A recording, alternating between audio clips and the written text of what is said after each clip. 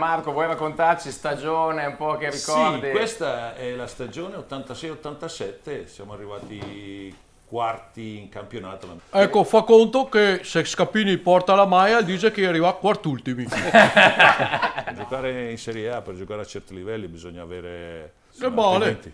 No, ok, ma stavamo facendo una perifrasi, non è che dovevamo arrivare a quello, intanto dalla regia so Invece che di lavorare, lui ridorme, fa la perifrasi. Ma penso più un Verona che insomma ci faceva veramente sognare, e qua insomma c'è anche qualche ricordo piacevole, vero? Tra l'altro, vedevo prima lo sponsor della maglia, è stato Profedio, sei ancora ricco, no?